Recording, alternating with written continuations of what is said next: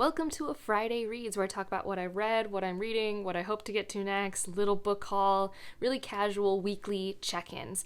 And as I said in my May TBR, it's kind of like obligations and mood reading, and I guess my mood this month is I want to start all of the things. I have finished a few, but I'm also in the middle of all the things. Hopefully I will remember them all because, like I said, this is pretty informal. I have not written a list, but let's first talk about the two things I have finished. And so first we'll talk about Along the Saltwise C. I listened to the audiobook for this. So I physically read the first one and I listened to the audio for this one. And I do like the narrator, but I think I enjoyed reading the first one more.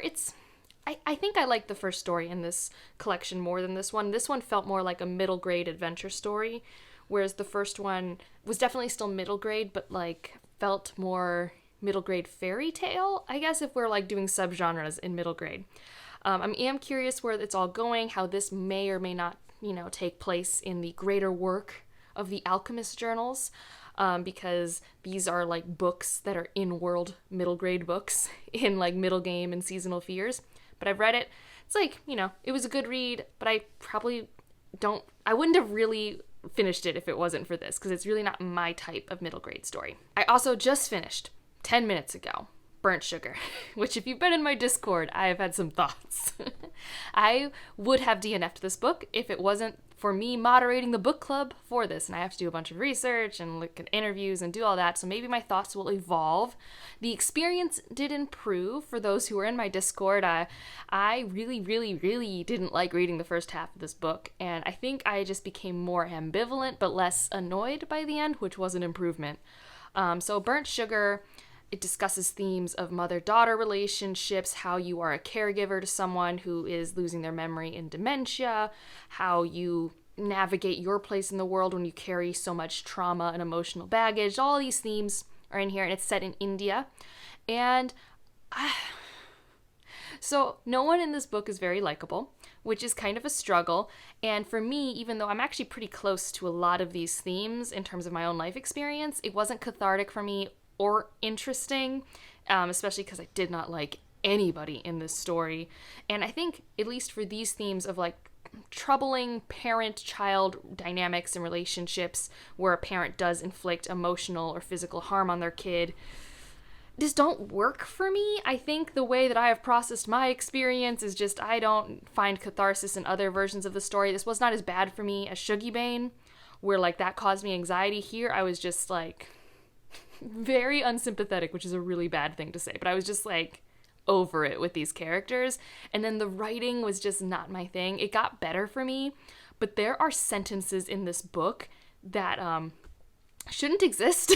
I don't know, that like fail not only to portray, I think, what the sentence was meaning to portray, but also pulled me from the narrative and were pretentious. I'm always very hesitant to use the word pretentious because I think normally what we mean is pompous or something. Like, the definition of pretentious is someone trying to aspire for something higher order art and failing at it. And that's how I feel about a lot of the sentences in this book. Yeah, if you want to know that sentence, you can find me in the Discord because I shared it with spoiler brackets. It's not a spoiler sentence, but yeah. Like that sentence, it was a simile that was using temperature to describe smell, and that was its least egregious point. I don't know. So Burnt Sugar, really not a book for me because of the thematic stuff and the writing. I don't know, I think eventually I did like the literary aspects. Like sometimes when she was doing some things, I enjoyed it and was interested. But yeah, I don't know. I don't think the ending saved it for me, although I was like on the edge of my seat for the ending because I'm like, this book ends in 5 minutes. We've just been going. Are we going anywhere? Is something big just like about to happen? And I don't know. I feel like that this is an interesting character study and some people are going to really like it because Antara is an interesting woman to follow. She's got some thoughts. She's got a weird way of looking at the world, and I will say that I am very familiar with how her brain works, so like that was really good character work, I guess. But I didn't like it, so there's also that. It's going to be interesting to see what people think at this book club discussion next week, and I guess, if the opinions vastly differ from mine, I'll let you guys know next week or in my wrap-up. But I did it. It's done. it's over. I was really hoping to like it, so it was kind of a bummer, and thank goodness it was short. So, things that I'm working on, though, that I'm actually really, really enjoying. I'm trying to think. I'll do my audiobook next just before I forget, because, like, my brain is just... I have a stack of books, and then I have a Kindle and an audiobook. Like I said, I've started way too many things. But I started New Spring by Robert Jordan, and I really like this. Why are not all of the books like this? I don't understand. Like, I don't understand. If you're new here, I have a Wheel of Time video of my impressions of books 1 through 6, and I've slowly been going through the slog. I've read up to book 10. I did not like book 10. I like books 7 and 9. Those are fine. And this is great. I mean, part of it is I think it's a prequel, and I have the benefit of knowing all of the world building that doesn't have to be explained very much here, I think. So I'm familiar with all the cultures. I like Lan and Moraine and Swan, which is what the characters are following. It's really interesting getting to see these parts of the world fleshed out in ways that they haven't been in the novels. But then also all it does is highlight to me, it's like, so you just actively chose to write characters I don't like. Which, I mean, granted, he wasn't writing the series for me, so I'm not mad at him. But, like, man, is this how people feel when they read Wheel of Time books? Like, this is fun so far. I'm enjoying this. I understand what's happening. I get the point. Also, I have a trend of liking the shorter Wheel of Time books, and this is the shortest. So, exciting. So that's going well, and continuing with my reading epic, older, classic fantasy trends. I don't know if it's older. I don't know how to describe it, but I'm reading The Willful Princess and the Piebald Prince. I don't know. It's here. And I'm reading this because this is out of publication order. So I was reading New Spring in publication order, at least that was my attempt. And this one's actually published 2013, so after Tawny Man. But I'm reading it before Tawny Man because people have told Mara to do that, and Mara agreed. And so I decided to, and I knew it was a prequel novella. Like, I knew it more just, like, got you into the world, similar to New Spring, so I guess... This is the month of prequels to epic series, apparently, and I love it. I love it, love it, love it. I'm so excited to keep reading this. It's been my book that I read before bed. It is so good and cozy. And then I'm really pumped because later on this month I'm going to read Fool's Errand, and it's just like, I'm excited. I have not been in the Six Duchies since 2019, and I miss it. I really miss it. I didn't know that, but I miss it. And I think part of that is also, the Six Duchies is, I think... influenced by some cultures in medieval Europe. I'm not positive which ones, but like I get that vibe. And I have been reading my nonfiction, The Gates of Europe, and watching videos. Like if you have Jess Owen's Discord for it, I've been posting videos that I found were helpful with this too. I've read part 1 and part of part 2. So the part I'm in for this is medieval Europe, but Eastern Europe. And so I've just been like in that zone. Normally I'm not a medieval fantasy person, but right now I've just been like so immersed in it by like looking at like the historical context. I mean, granted, like I said, I don't think this Ukrainian medieval Europe is not what the Six Duchies are, but still just like the vibe of like how people lived and things like that. This is awesome though. So focusing on this, well, okay. It's awesome exactly for what I wanted, because I love books that are like this, that start in like ancient times and go all the way up to today. And that's what we've done. And I'm such a geek about ancient history. So we're ancient and medieval, and I think right now the next chapter I'm in, we're still in medieval era. I think part 2 is primarily that. And it's really interesting. It has a great timeline in the back. It has a bunch of maps. I am geeking out, in addition to watching other videos to like solidify things. I'm like thinking about where does the Bear and the Nightingale fit in timeline, because I know that's Russia, but Moscow and Kiev are close to each other, and like figuring out what players were where, and like it's been fun. I'm a nerd, been having a good time.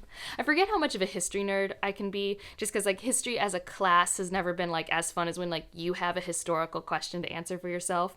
So if you're reading this for the book club, I'm all in the Discord geeking out. So this is a book that I've been reading during basketball and hockey games somehow, because reading nonfiction like in little chunks between important plays is like actually quite good. I'm also reading The Hidden Girl by Ken Liu, because next month for the Patreon buddy read, I'm going to read Grace of Kings. So I'm like, why not read this? So it's taking the place of Maria, which I said in my TBR video I was going to read. Sorry, it's not happening. Evie told me this was allowed. So I've been reading this. I have really liked the first 3 stories I've read. I know this isn't as well loved as The Paper Menagerie, but so far I'm really enjoying my experience. I think I vibe with the ideas that Ken Liu wants to think about. So that's working out. My favorite one so far is the second one called Maxwell's Demon, because it deals with entropy. And I love entropy and thinking about the thermodynamics of things and the physics of things, and it was so well explained. I just love when authors get the science right if they're choosing to use it in that way for thought experiments. It's okay if they break things, but when they can do it right and explain it in like very digestible ways, I geek out so much. So, really excited to continue this. It's going to be a good time. And then I think the last book that I am still in the middle of, I have started, and I know no one's going to be shocked, but Discord of Gods. I am this far. I am having a really good time.